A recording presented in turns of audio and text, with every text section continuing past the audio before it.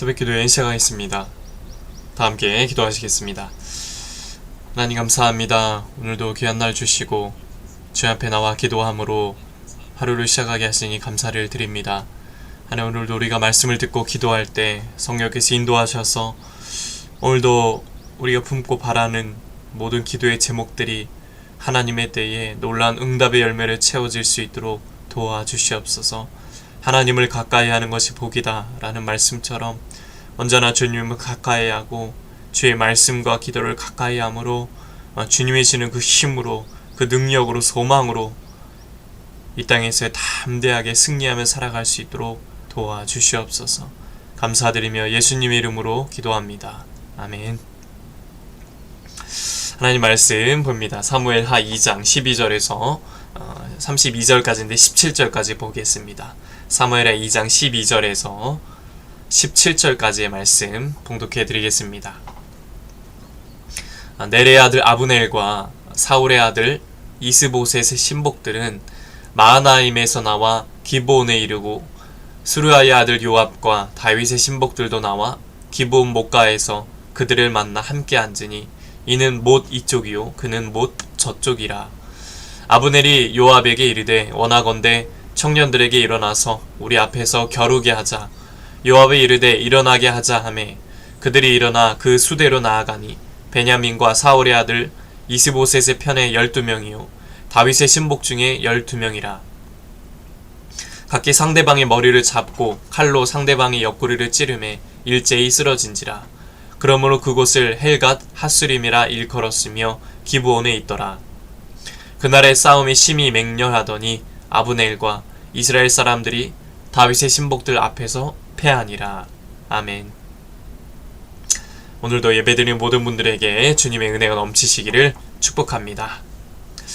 아브넬은 이스보셋의 군 사령관으로 수십만의 군사를 거느리고 있었습니다. 반면에 요압은 비록 군사의 수는 얼마 되지 않았지만 다윗을 따라다니던 그 용사들을 거느리고 있었습니다. 이 둘은 모두 같은 동족이었지만 서로를 경쟁 상대로 생각해서 자신들이 가진 지도력과 군사력이 상대에 비해서 월등하다, 내가 너보다 뛰어나, 내가 너보다 힘이 세, 이런 식으로 생각을 했습니다. 이런 두 사람의 그 경쟁 의식이 전쟁을 불러오고 말았습니다. 그들은 먼저 12명의 젊은이를 뽑아서 겨루도록 했고 그 싸움에 나선 젊은이들이 모두 칼에 쓰러지니까 이 전면전에 도입했습니다. 그리고 더 많은 희생과 더 많은 죽음을 불러오게 된 것이죠. 아브넬과 이 요압은 군 사령관으로서 그들에게 맡겨진 이 군사들의 생명을 소중하게 생각해야 했지만 그들은 그러지 못했습니다. 아무런 명분 없는 싸움에 군사들을 내몰았고 또 상대방을 이기기 위한 도구로 전락시켰다는 것입니다. 이처럼 지나친 경쟁심에 사로잡힌 이 사람들은 자신뿐만이 아니라 다른 사람들까지도 어려움에 빠뜨린다라는 사실을 기억해야 합니다. 우리는 경쟁사회 속에서 살아가고 있습니다. 경쟁에서 낙오됐다고 생각하면 실패한 인생이고 좌절하기도 합니다. 이런 시대 속에서 이 교회는 어떤 곳이 되어야 합니까? 경쟁이나 어떤 비교에서 벗어나서 누구나 존중받고 누구나 환영받는 그러한 공동체가 되어야 한다라는 것입니다. 이렇게 이 12명의 젊은이들이 승부를 가리지 못하고 모두 죽게 되니까 이 양측의 군대는 이제 전면전을 벌입니다. 근데 아브넬의 군사들이 이 요압 군대에 쫓기는 신세가 되고 말았습니다. 그런데 이 요압과 아브넬의 싸움은 거기서 끝나지 않았습니다. 도망치는 그 아브넬을 추격하던 그 요압의 동생 아사헬이 아브넬에게 죽임을 당하고 말았습니다. 요압은 이 동생의 죽음에 대한 어떤 복수심에 불타올랐고 더 맹렬한 기세로 아브넬을 쫓아갔습니다. 두 사람의 싸움은 이후에 복수심에 사로잡힌 요압의 칼에 아브넬이 죽는 것으로 끝이 납니다. 상대방의 잘못을 잊지 않고 원수를 갚으려는 마음, 내가 너를 반드시 없애겠다, 내가 너를 반드시 죽이겠다라는 그 원수를 갚겠다는 마음은 엄청난 갈등과 다툼의 원인이 됩니다.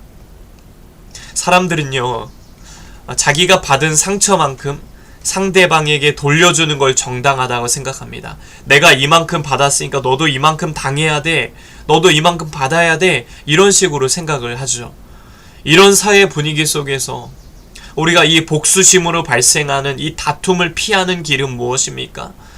우리가 진정으로 가야 할 길은 무엇입니까? 사도 바울은요, 하나님만이 옳고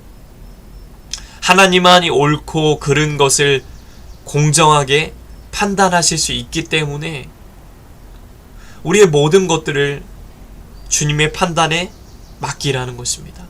주님께 맡기라는 것입니다. 그런 찬양이 있지 않습니까?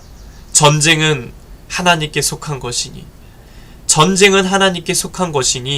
하나님께 맡기라는 것입니다. 내가 하려고 해서는 안 된다는 겁니다. 하나님은 우리에게 일어나는 모든 일을 누구보다도 정확하게 아시며 정확하게 판단하시는 분입니다.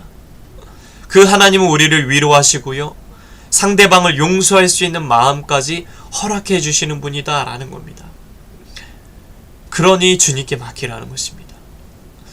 이 땅에서 이 경쟁심과 복수심은 인간관계의 갈등을 일으키는 원인이 됩니다. 우리가 주님이 원하시는 이 이웃사랑을 실천하기 위해서는 그 갈등의 원인을 제거해야 합니다.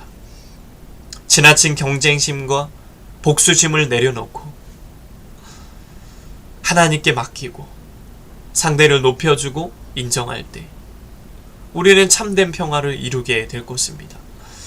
우리 삶에 일어나는 갈등과 모든 문제들, 이 모든 것들을 주님께 맡기시기 바랍니다. 내가 하는 것이 아니라 하나님이 하시도록, 내가 일하는 것이 아니라 주님이 일하시도록, 주가 일하시네, 주님이 일하여 주시고 선한 길로 이끌어 주실 것입니다. 이렇게 오늘도 서로를 배려하고 존중함으로 이웃사랑을 실천하길 원합니다. 우리 삶에 일어나는 모든 문제들, 모든 갈등들, 이것들을 하나님께 맡기시기 바랍니다. 주님께 맡길 때 주님이 일하실 것입니다. 주님께 맡길 때 주님이 인도해 주실 것입니다. 선한 길로, 올바른 길로, 주님의 뜻이 있는 길로 인도하여 주실 것입니다. 이렇게 오늘 하루의 삶도 온전히 주님께 맡기면서 주님이 주시는 평화와 그 은혜로 사시는 저와 여러분 되시길 주님의 이름으로 간절히 축복합니다. 기도하겠습니다. 하나님 아버지, 우리 삶의 지나친 경쟁심과 복수심을 다 내려놓고 우리 삶의 모든 문제들을 주님께 맡기고 또 맡기면서 주님이 주시는 은혜로, 주님이 일하시는 것을 바라보면서 그 은혜로 선한 길로 인도하시는 주님 바라보며 살아갈 수 있도록 인도하여 주시옵소서. 이 시간도 기도합니다. 하나님, 우리 마음을 붙잡아 주셔서 기도할 때 하나님, 기도 제목 하나하나, 작은 것까지 하나하나 다 들어주시고 응답하여 주시옵소서. 이제는 우리 주 예수 그리스도의 은혜와 하나님 아버지의 넘치는 사랑하심과 성령의 감화감동 역사, 교통하심이 우리 삶에 일어나는 모든 문제를 주님께 다 맡기고 주님이 주시는 평화로 살기 원하는 성도들 머리 위에 이제부터 영원토록 함께 하시기를 간절히 축원하옵나이다. 아멘. 이 시간 나라와 민족과 대통령과 위정자들을 위해서, 우리 시작교회 목회자 성도들을 위해서, 수요 기도일을 위해서 각자의 기도 제목을 놓고 주여 한번 해주시고 통성으로 함께 기도하시겠습니다. 주여. 하나님 아버지 감사합니다.